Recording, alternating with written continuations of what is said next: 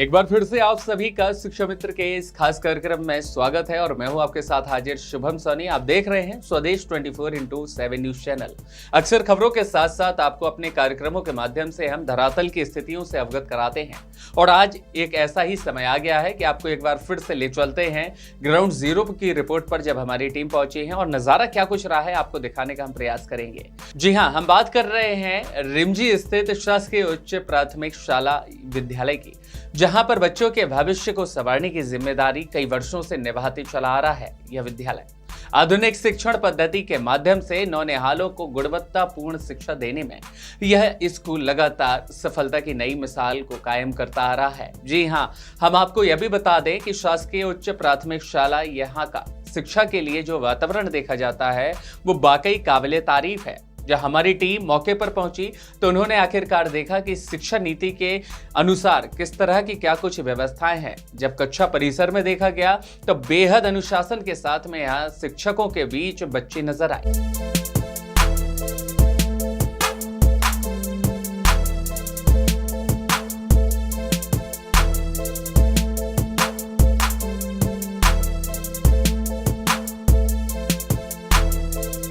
तो स्कूल की बेहतर शिक्षा नीति और अनुभवी शिक्षकों की इस मेहनत से हर साल कई होनहार विद्यार्थी भी अपना पूरा सपना तय करके आगे की बुलंदियों के लिए बढ़ते हैं और धीरे धीरे उनके कठिनाई भरे रास्ते आसान में तब्दील होते हैं। ऐसे में विगत कई वर्षों से छात्रों ने परीक्षा परिणामों को लेकर भी उत्कृष्ट प्रदर्शन किया है, जो कि खासा नाम विद्यालय का रोशन करते नजर आए हैं। और आधुनिक कला में अगर कक्षा व्यवस्था की बात की जाए तो यहाँ स्मार्ट बोर्ड, कंप्यूटर लैब के साथ समृद्ध पुस्तकालय के साथ में कंप्यूटर लैब भी यहाँ मौजूद होती है, जहाँ बच्चों को प्रैक्टिकली ज्ञान दे करके उनके वास्तविक जीवन से अवगत कराया जाता है। दोनों सजाती हैं, इसमें क्या होंगे? कितना हो जाएगा ये? 2 1 4 और 20। अब मुझे बताओ क्या ये दोनों जुड़ेंगे?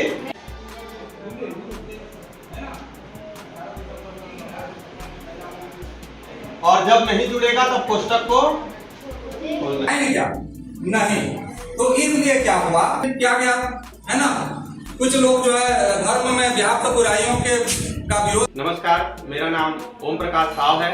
मैं शासकीय उच्च प्राथमिक शाला रिमजी में सन 2013 में विज्ञान शिक्षक के रूप में पदस्थ हुआ हूं और अभी वर्तमान में 2022 से प्रभारी प्रधान पाठक के कार्यभार में हूं। और सरायपाली से दूरांचल हमारा यह जो शासकीय उच्च प्राथमिक शाला रिमजी है वह नाला से घिरा है और वर्तमान में अभी 4 आश्रित ग्राम से यहाँ बच्चे पढ़ने आते हैं। पहले बच्चे में वैज्ञानिक रुचि थोड़ा कम था और उपस्थिति भी कम थी। फिर हम सभी शिक्षकों ने पालक संपर्क कर हमारे अधिकारियों के मार्गदर्शन से बहुत प्रयास किए और शुरू से ही हम प्रतियोगी परीक्षा की तैयारी बच्चों को कराते हैं। प्रतिदिन होमवर्क, क्लास वर्क लेते हैं और दूसरे स्कूल के बच्चे जो है आय प्रमाण पत्र, जाति प्रमाण पत्र की कमी में परीक्षा में नहीं बैठ पाते थे, तो हम लोग ने क्या किया, जाति प्रमाण पत्र, आय प्रमाण पत्र और पढ़ाना सबको अपने जिम्मे लिया और 3-4 वर्षों में इतना मतलब बच्चे जागरूक हुए, पालक जागरूक हुए कि उसके बाद हमको किसी का डॉक्यूमेंट बनाने का जरूरत नहीं पड़ा। और आज मैं बताना चाहूँगा कि हमारे स्कूल से 71 बच्चों का राष्ट्रीय साधन सह प्रावीण्य छात्रवृत्ति परीक्षा में चयन हुआ है और बच्चों को 12,000 प्रतिवर्ष जो है उनको मिलता है 4 साल के लिए। तो उनके आगे की पढ़ाई के लिए जो है बहुत कारगर हुआ, उनको बहुत खुशी होती है। साथ ही साथ वैज्ञानिक अभिरुचि को बढ़ाने के लिए विज्ञान कार्यशाला, विज्ञान प्रदर्शनी का आयोजन हम लोग हर वर्ष करते हैं, जिसके कारण जो है अभी तक हमारे स्कूल से 12 बच्चों का चयन बाल वैज्ञानिक के रूप में मतलब इंस्पायर अवार्ड मानक के रूप में हुआ है। और साथ ही साथ NEP 2020 के तहत जो है हम बाल केंद्रित अभिनव आधारित शिक्षा जो है देते हैं और उसके तहत हम व्यावसायिक शिक्षा भ्रमण, अन्य शैक्षिक भ्रमण, स्थानीय व्यावसायिक शिक्षा भ्रमण के लिए जो है हर महीने जो है 2 बार बच्चों को 2 शनिवार लेके जाते ही हैं। बच्चे बहुत खुश होते हैं और बहुत कुछ सीखते हैं। मैं डोलामणि चौहान शासकीय उच्च प्राथमिक शाला रिमजी में शिक्षक LP के पद में पदस्थ हूँ। मैं कला विषय के तहत सामाजिक विज्ञान हिंदी विषय का अध्यापन करता हूँ। राष्ट्रीय प्रतिभा खोज परीक्षा में बहुत सारे बच्चे जो है यहाँ से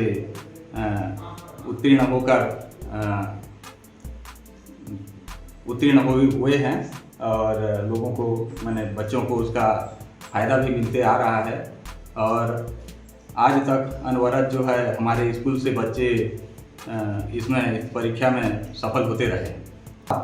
अन्य और भी बहुत सारे जैसे खेती से संबंधित हो, चाहे छोटे मोटे गांव में जो कुटीर उद्योग वगैरह होते हैं उनकी जानकारी भी बच्चों को हो और इस तरह जो है हम लोग भी उसमें शामिल होते हैं। और ख़ास करके हमारे जो प्रधान पाठक हैं श्री ओम प्रकाश साव जी, उनका इस शाला के प्रति बहुत बड़ा योगदान रहा है और वो व्यक्तिगत रूप से भी इसमें रुचि लेते हुए बच्चों का सिलेक्शन हो, चाहे उनका जाति प्रमाण पत्र से संबंधित हो, चाहे फार्म फिलअप हो, चाहे कुछ भी हो, वो व्यक्तिगत रूप से भाग लेते हैं। और इससे पहले जो देखा जाए तो 2-3 साल पहले जो है सरायपाली केंद्र नहीं था, तो वो अपना व्यक्तिगत रुचि लेकर बच्चों को महासमुंद में परीक्षा दिलवाने जाते थे और इसका परिणाम यह है कि हमारे शाला से बहुत सारे बच्चे जो है सफल भी हुए। तो आपने भले ही कक्षा में पढ़ रहे हर एक छात्र छात्राओं को पूरी तरह से अनुशासित देखा होगा, जो कि हर विद्यालय में शिक्षक की उपस्थिति में देखे जा सकते हैं, लेकिन इसके साथ ही इस विद्यालय में बेहतर तरीके से या यूं कहें कि चारों ओर से उनका विकास हो, इसके लिए इंडोर के साथ में आउटडोर गेम्स की सुविधा भी अलग अलग माहौल को लेकर उपलब्ध बच्चों को कराई जाती है, जिससे कि बच्चों के मानसिक के साथ साथ शारीरिक जो उनका विकास है वो भी पूर्ण रूप से सफल हो सके। और इसलिए अलग अलग एक्टिविटी के साथ में इस विद्यालय में बच्चों को खेल खेल के माध्यम से ही शिक्षा देने का कार्य कराया जाता है। मेरा नाम आर्यन प्रधान है। मेरा स्कूल का नाम शासकीय उच्च प्राथमिक शाला रिमजी है। मैं 6वीं क्लास में पढ़ता हूँ। हमारे शिक्षक बहुत अच्छे पढ़ाते हैं और खिलाते भी हैं और बाहर खेलने जाते हैं। मेरा गांव का नाम लखनपुर है। मेरा नाम देवेंद्र भोई है। मैं कक्षा 6वीं में पढ़ता हूँ। मेरे स्कूल का नाम शासकीय उच्च प्राथमिक शाला रिमजी है। यहाँ के टीचर लोग हमको बहुत अच्छे से पढ़ाते हैं। खेल कूद में भी हमको खिलाते हैं और बाहर भ्रमण के लिए भी लेके जाते हैं। मेरे गांव का नाम लखनपुर है। मेरे पिछले स्कूल का नाम शासकीय प्राथमिक शाला लखनपुर है। मेरे पिछले स्कूल से ये स्कूल बहुत अच्छा लगता है। यहाँ पे मेरे को रोज़ पढ़ना मेरे को बहुत पसंद है। मैं कक्षा 7वीं में पढ़ता हूँ और हमारे सर लोग अच्छे से पढ़ाते हैं और हमारे स्कूल में खेल कूद होता है। नमस्ते सर, मेरा नाम लक्ष्मी बाई है। मैं शासकीय उच्च प्राथमिक शाला रिमजी की कक्षा 8वीं की छात्रा हूँ। मैं रोज़ स्कूल आती हूँ क्योंकि मुझे रोज़ स्कूल आना बहुत अच्छा लगता है।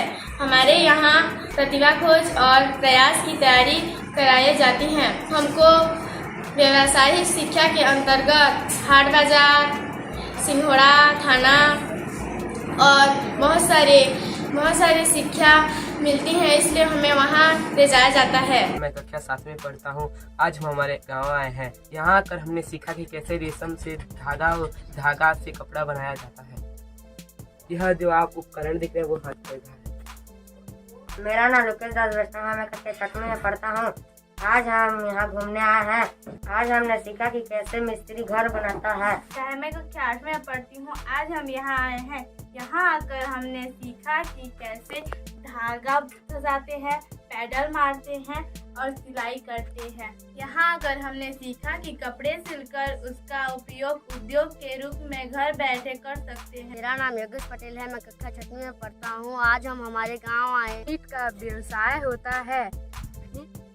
यहाँ आकर हमने सीखा कि ईंट की सांचे की सहायता से बनाते हैं। ईंट की आयु बढ़ाने के लिए कैसे सुखाते हैं, कैसे भट्टी बनाते हैं और कैसे जलाते हैं। ईंट का प्रयोग इमारत और घर बनाने में करते हैं।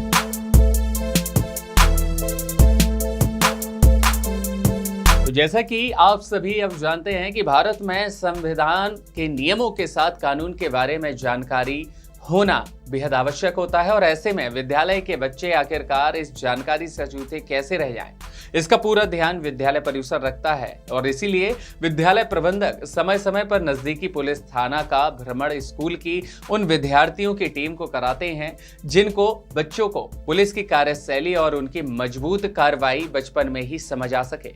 इससे एक बड़ा फायदा यह भी होता है ताकि भविष्य में कोई भी बच्चा गलत कार्यों में संलिप्त ना हो और किसी भी गलत रास्ते पर वो ना जा सके। उन्हें पहले से ही कानून का अच्छा ज्ञान हो, इसकी व्यवस्था के लिए उन्हें समय समय पर पुलिस स्टेशन पहुंचाया जाता है और शायद यही कारण है कि इस सरकारी विद्यालय में आज भी बेहद खास पहलुओं के साथ तरीके आजमाए जाते हैं जो कि निजी संस्थानों से बेहतर कार्य करते हुए एक अपना नाम छोड़ते आते हैं।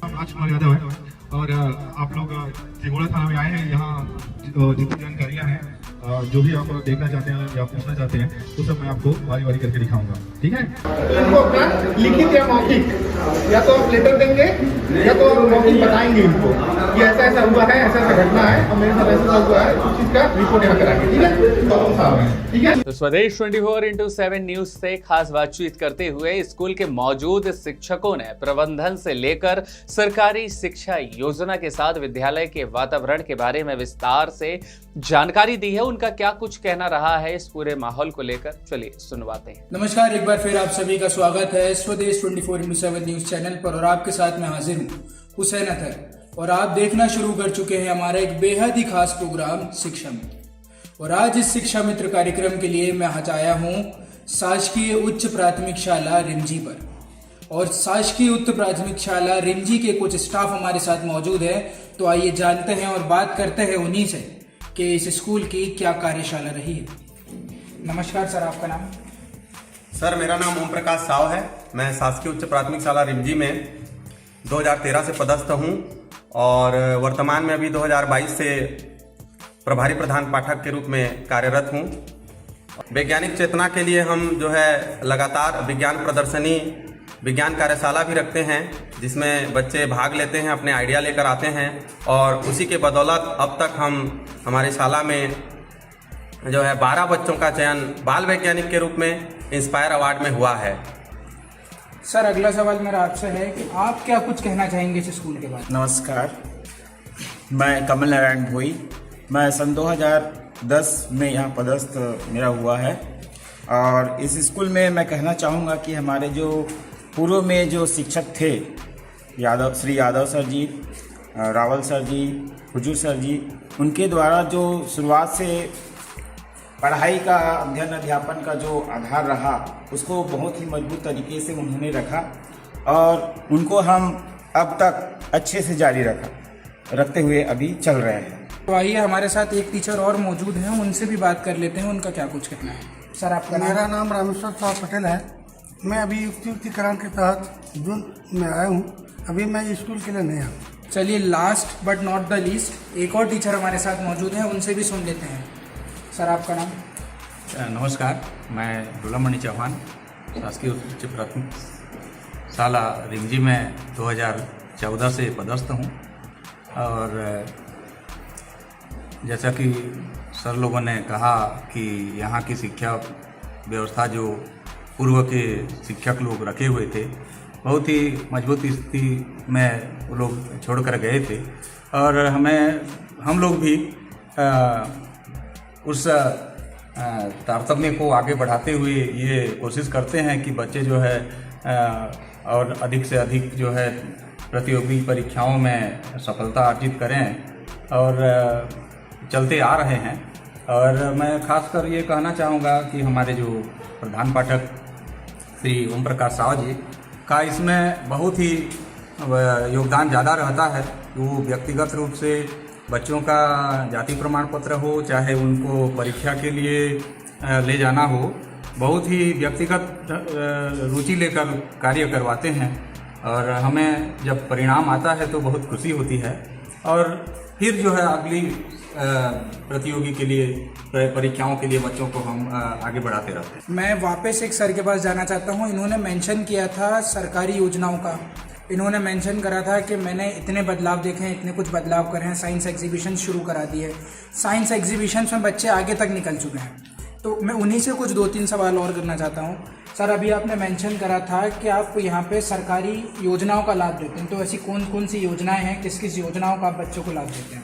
इसमें सर यही राष्ट्रीय साधन सह प्रवीण्य छात्रवृत्ति परीक्षा केंद्र शासन द्वारा जो है जारी योजना है, उसका लाभ बच्चों को हम दिलाते हैं। यहाँ तक कि परीक्षा के बाद भी उनका जो ऑनलाइन काम है वो मैं ही देखता हूँ, स्कॉलरशिप वाला, और साथ ही साथ जो विकलांग वाला जो स्कॉलरशिप है उसको भी मैं ही करता हूँ। और बाकी सारी योजना तो कॉमन है जो हर जगह होती है। और इसी के साथ आपने बताया था कि यहाँ पे पहले साइंस एग्जीबिशंस वगैरह नहीं होते थे, विज्ञान की क्लासें नहीं लगती थी, तो अभी क्या स्टेटस है इस चीज़ का? विज्ञान की क्लासेस लगती थी सर, पर क्या है, जो बच्चे आइडिया जो लाते थे अपने घर से वो यहाँ शो नहीं कर पाते थे, तो उसको हमने क्या करा कि बच्चे को हम समस्या देते थे, उस समस्या पे आप काम करो और जो भी आपको उस समस्या का समाधान लगे हम हमारे साथ चर्चा करो, फिर हम उस पर काम करेंगे करके हम लोग जो है विज्ञान की कार्यशाला लगाते हैं और साथ ही साथ प्रदर्शनी भी कराते हैं, विज्ञान प्रदर्शनी। तो जैसा कि आपने देखा कि यहाँ पे शिक्षकों ने अपने बारे में बताया है, अपनी पोस्ट के बारे में बताया है और यह सब बताया है कि पहले यहाँ पे कोई साइंस क्लासेस नहीं लगती थी, विज्ञान के जो साइंस एग्जीबिशंस होते थे वो सब नहीं होते थे, लेकिन आज दौर ये आ चुका है कि साइंस एग्जीबिशंस तो हो ही रहे हैं, क्लासेस तो लगी रही हैं, लेकिन यहाँ के कुछ बच्चे आगे भी जा रहे हैं, आगे इंटरनेशनल और नेशनल लेवल पे भी उनका सिलेक्शन हो रहा है। तो ऐसी ही कुछ जानकारियों के लिए बने रहिए हमारे साथ स्वदेश 24/7 न्यूज़ चैनल। तो आपने देखा और जाना छत्तीसगढ़ के रिमझी स्थित शासकीय उच्च प्राथमिक विद्यालय की ग्राउंड जीरो की रिपोर्ट के अनुसार वो तस्वीरें जो कि वाकई में यहाँ पर एक सकारात्मक ऊर्जा भरने का काम करते हैं, फिर चाहे वह विद्यालय प्रबंधक में शिक्षक शिक्षिकाएं हो या फिर वह छात्र छात्राएं क्यों ना हो, जहाँ सीमित संसाधनों के बावजूद भी शिक्षा, संस्कार और अनुशासन के साथ नवाचार का सुंदर संगम खासा देखने को मिलता है। और शायद यही कारण है कि इस विद्यालय में न केवल बच्चों को पढ़ाई में आगे बढ़ा रहा है, बल्कि उन्हें एक जिम्मेदार और अनुशासित नागरिक बनाने की दिशा में कार्य करता नजर आता है। शिक्षा मित्र के इस खास कार्यक्रम के लिए रिमझी से स्टेट कोऑर्डिनेटर जीत तिवारी की खास पेशकश।